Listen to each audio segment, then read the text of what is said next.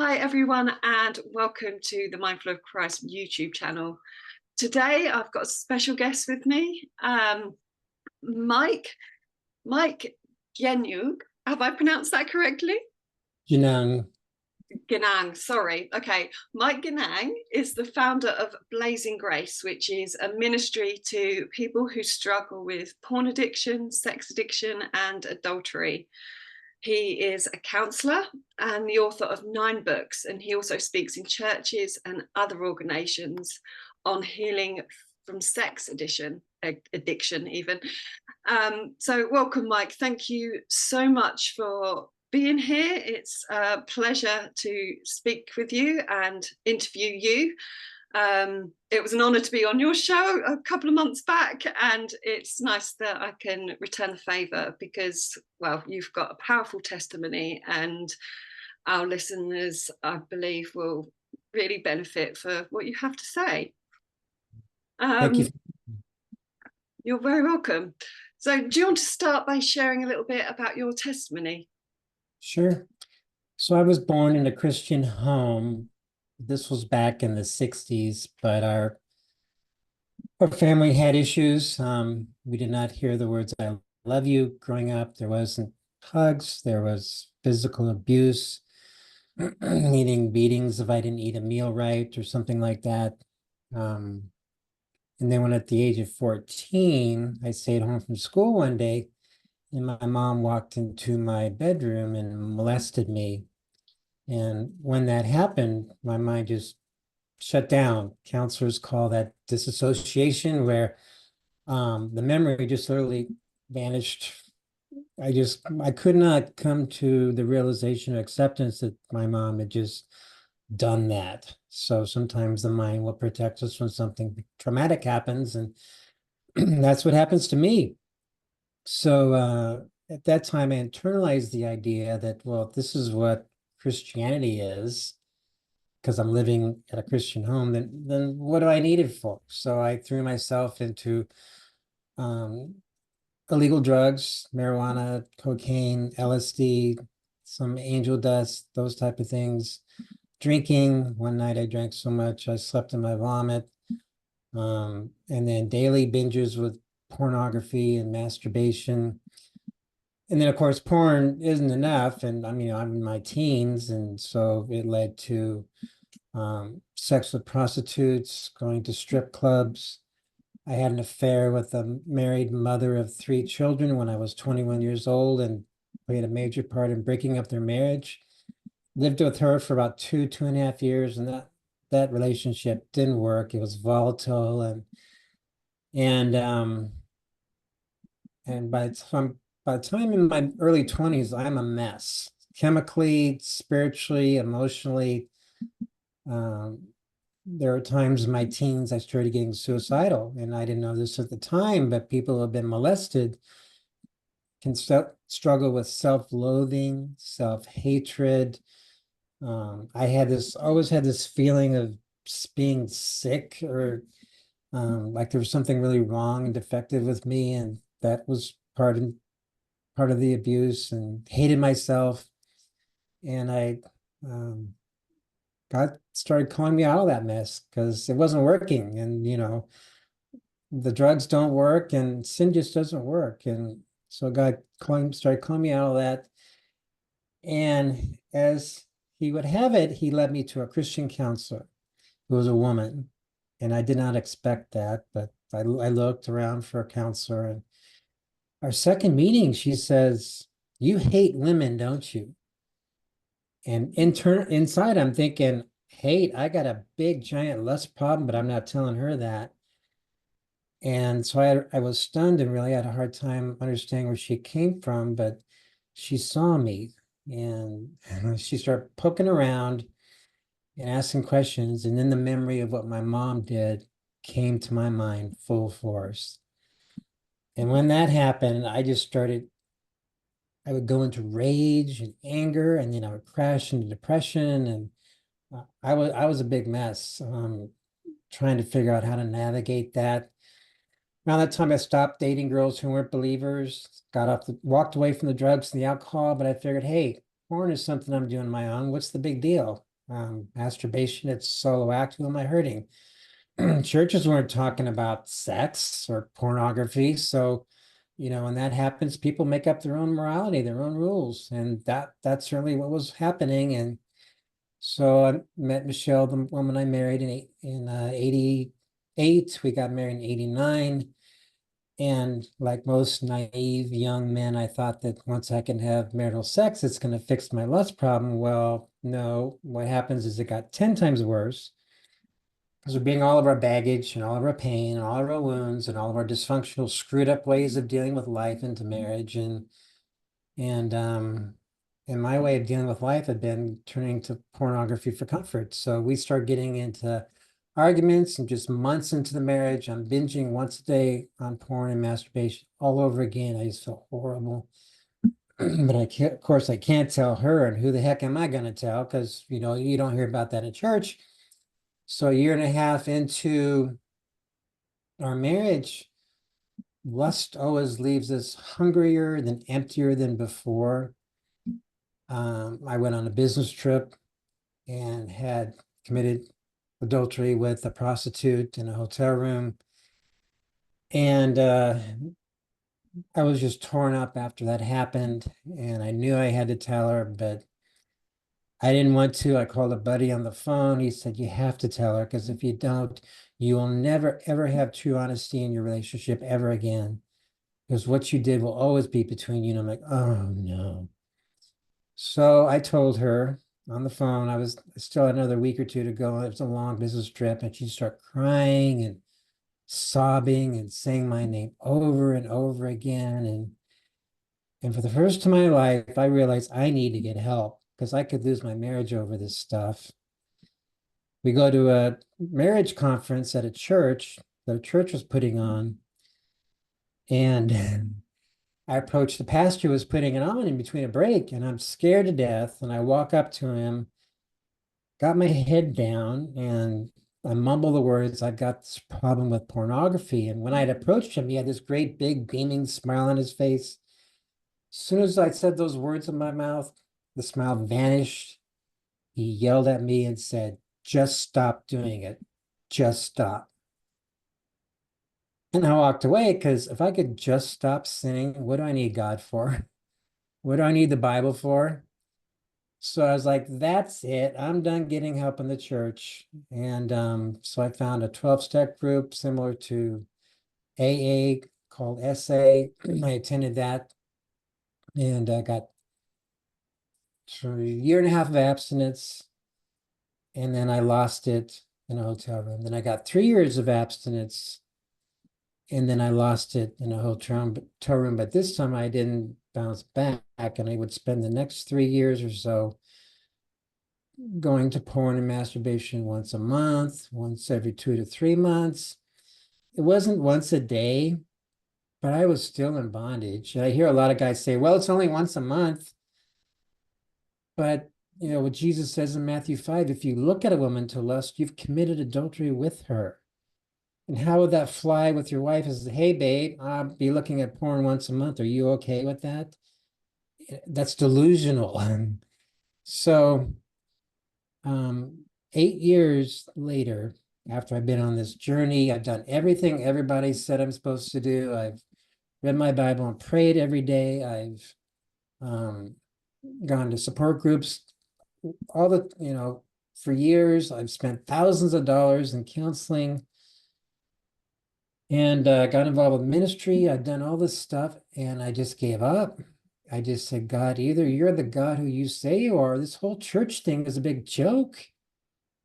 And because I'm empty and I'm miserable and I have no freedom over this stuff. And at that moment, he showed me my heart, and I thought, well, maybe there's something good in there. But no, it was pitch black. There was nothing good in there. And so I just gave up and made God my last and only hope.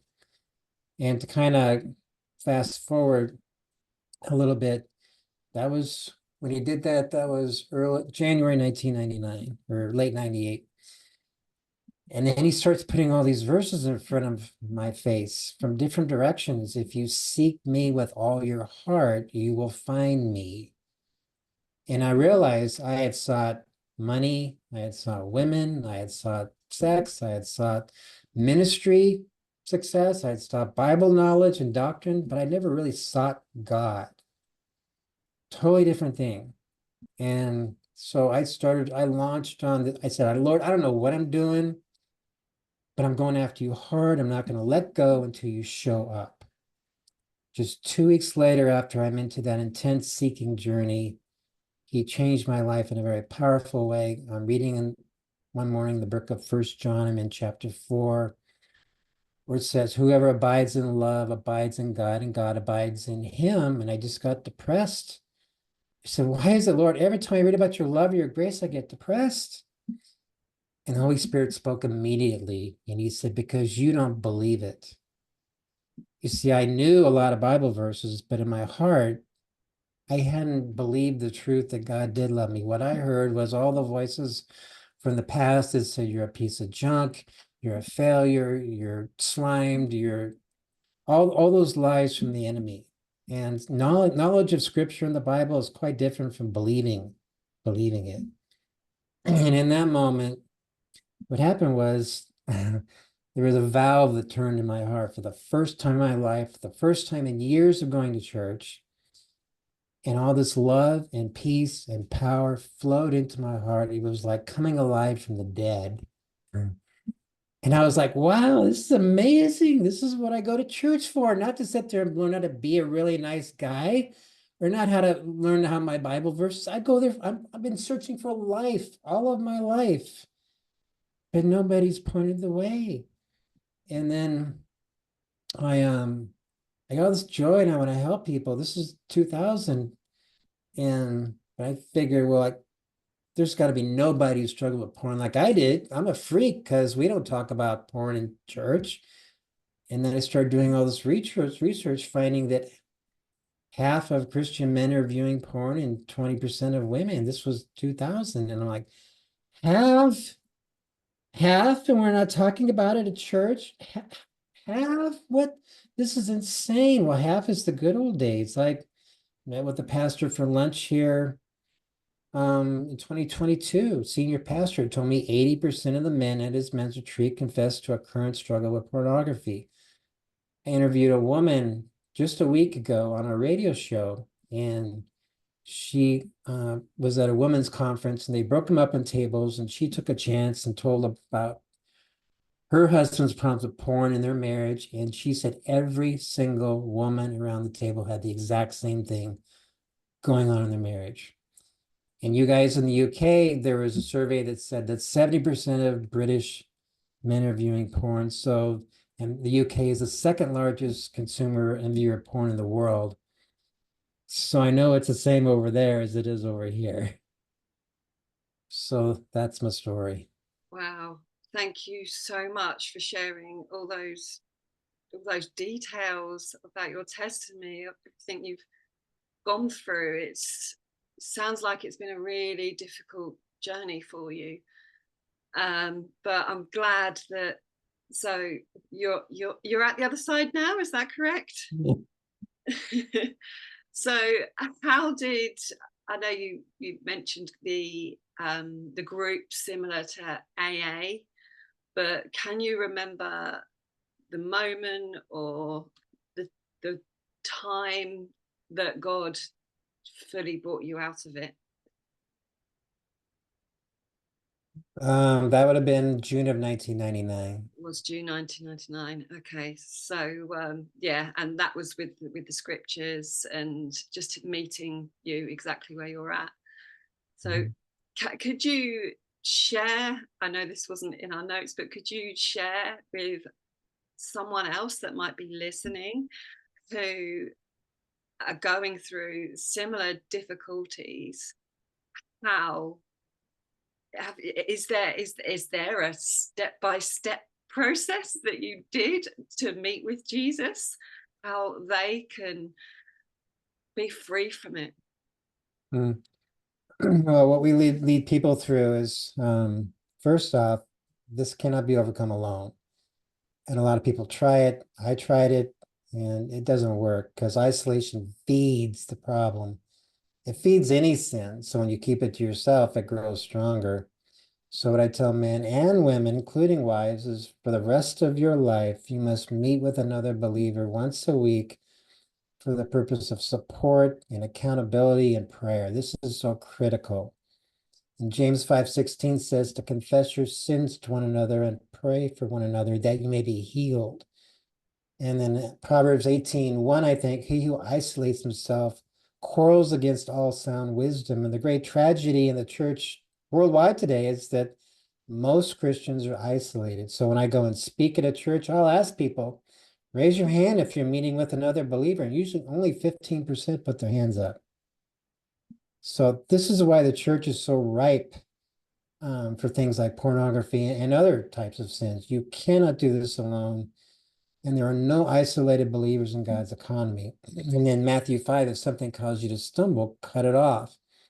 There's a lot of people we talk to who, well, I got this problem with porn. I'm looking at it on my phone. It's like, okay, are you going to do something about that? Meaning put an app on your phone, porn blocker, accountability software, something. And then when they glaze out, they're not really willing to give it up. Some people just want the magic silver bullet or the magic pill or the magic Bible verse, and that'll take all their problems away. This is war. And so they have to be willing to take responsibility and cut off the things under their control.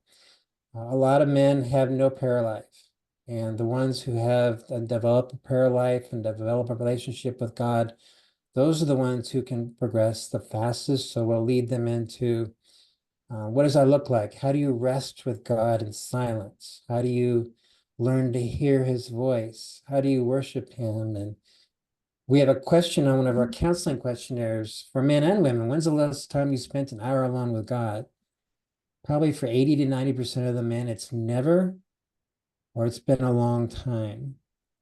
With women, about 60% of them they're right there. I'm doing it all the time. So unfortunately, there's a lot of men in the church who are like I was. They know the Bible, but they have no prayer life. And your prayer life is the barometer of your spiritual power, not your knowledge.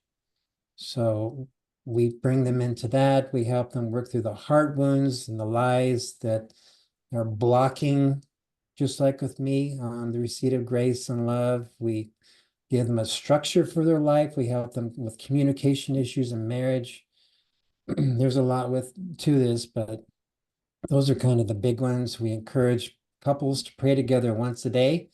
So Gallup, the secular survey organization, did a survey, and they found that couples who do not pray together once a day divorce the national average, whatever it is, 1 out of 2, 1 out of 3. Couples who do pray together once a day divorce 1 out of 1,156. So prayer is the great game changer, and Jesus affirmed that this church is supposed to be a house of prayer. Most churches are not, at least not here. The prayer meeting is vanished. And this is one why reason we're so weak and we're getting stampeded by the world and by the evil one is we don't have significant and powerful prayer lives in church. And we have 8 to 9 prayer groups and support groups running every week, and prayer is critical for the whole thing. Yeah, absolutely. Thank you for sharing that. And yeah, you're right. It's about relationship with God, and like Ephesians 6 talks about the armor of God, and prayer is one of our weapons against spiritual warfare. And what you're talking about, what you've been through and what you've had to deal with, it is war, isn't it?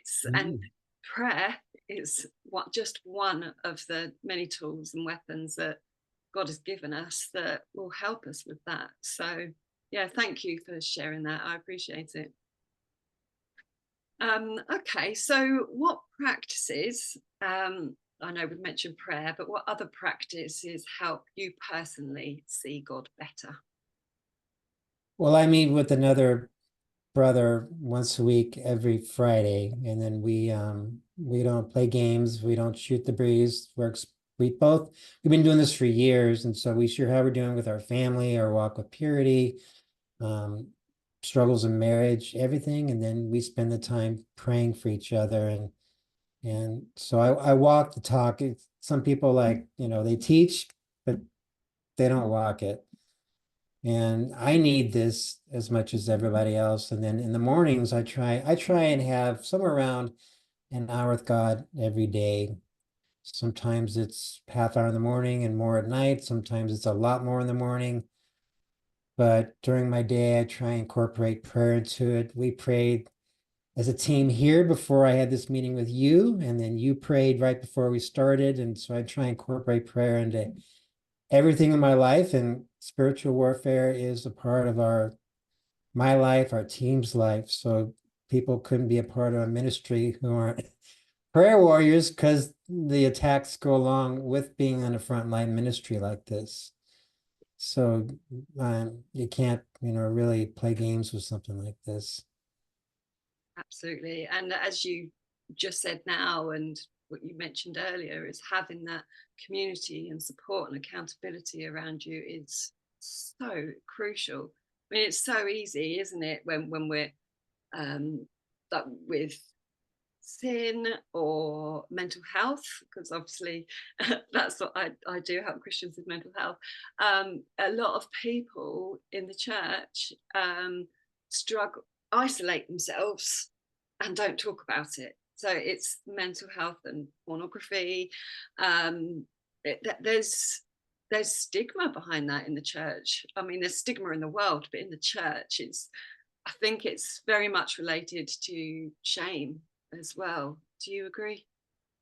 Shame and the fear of what are they going to say when I share. But to be honest, there is a very real risk that you tell the wrong person, like I did, Mhm. and they go off on you. And that, unfortunately, that is a very real problem. Spiritual abuse is widespread. We hear stories all the time of wives who are told, well, if you're just giving your husband more sex, he wouldn't have a porn problem. Or, well, you just, need to read the Bible more, or whatever it is. But especially with the wives, we hear a lot of stories of, well, it's normal for all men to have a porn problem, meaning what they're really hearing is that your heart does not matter. And so we do have a problem, issues with hearing a lot of stories that church leadership in some contexts are making it worse, not better. Yeah, I can, yeah, I fully understand that, because yeah, again, it's similar with mental health. It's I think it's important. It's so important that you carry on doing what you're doing, and it's raising that awareness and giving people a voice, and helping them to overcome all that. So that's incredible. Thank you. Mm. So, what is God doing in your life right now? Well, we're getting ready actually for a trip in October to the UK. We're going to be at the CRE show, and we're contacting people to see if they'd be willing to help us set up a conference there. We have a one-day conference we call From Porn to Grace. And we've been going to the UK for 5 years, and people have, as we've got to know people, they've said, we really need what you have to offer. So there's that. We've had honestly, a lot of spiritual warfare last weekend. Our whole team, it was just like really intense. I mean, just crazy off the charts intense. So we're in need of prayer, and we're also looking at we're talking with an organization there about creating a video series in the UK. He did some research, and they believe that the best way to help the UK church is to create a video series that people can watch in their home and a Bible study group. So we're moving forward to looking at that and recording that when we come there in October. And then there might be a trip to a few other places. Sounds incredible. Well done. So, so if anyone's watching this, please pray for Mike as he comes over to England and does this event. So, yeah, and I'll be praying for you as well. So, thank you for sharing that. Mm. So, where can the audience find you?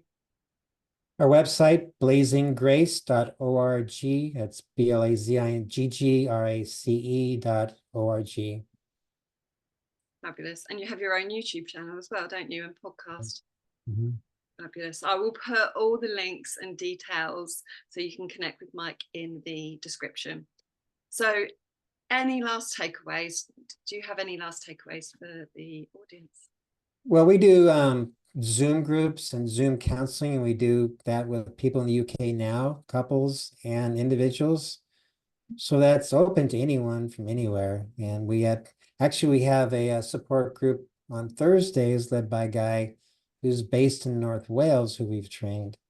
So I see Great Britain as a mission field for us. So I've been going there and love the people there. And I will tell you one story to close it. We at our booth, we had a woman come up to my booth and she just broke down crying because she had lost her marriage to pornography. And in another situation at the show too, I was going to give a live seminar and I hear somebody calling my name. And I'm thinking, I'm in the UK, nobody knows me. But I keep hearing it. I turn around and she says, "Are you giving the live seminar in 10 minutes?" I said, "Yes." And then she walks away. I start the live seminar and she walks up with her husband, points him there. He sits down, listens to it. At the end, she walks up and they're both crying because there's been no help for them with this. So what I will say is silence is destroying lives, and this must be spoken of openly in the pulpit, in every pulpit, in every church. And I heard repeatedly when I was there, we have never heard of a message in sex in our life. That is a tragedy, and it will not match up with scripture. So we have to open this up. We have to go to war, and we have to provide effective answers for people on breaking free. And thank you for having me. That's all right. Thank you so much for being so open and sharing. It was amazing talking to you and for everything you're doing as well. So, those of you who are listening, please continue or please pray for Mike. I will put all these links and information in the description of this video. And if you liked this video, then please like and subscribe. And yeah, go follow him over on Blazing Grace on YouTube as well. So have a wonderful evening and I will speak to you all soon. God bless.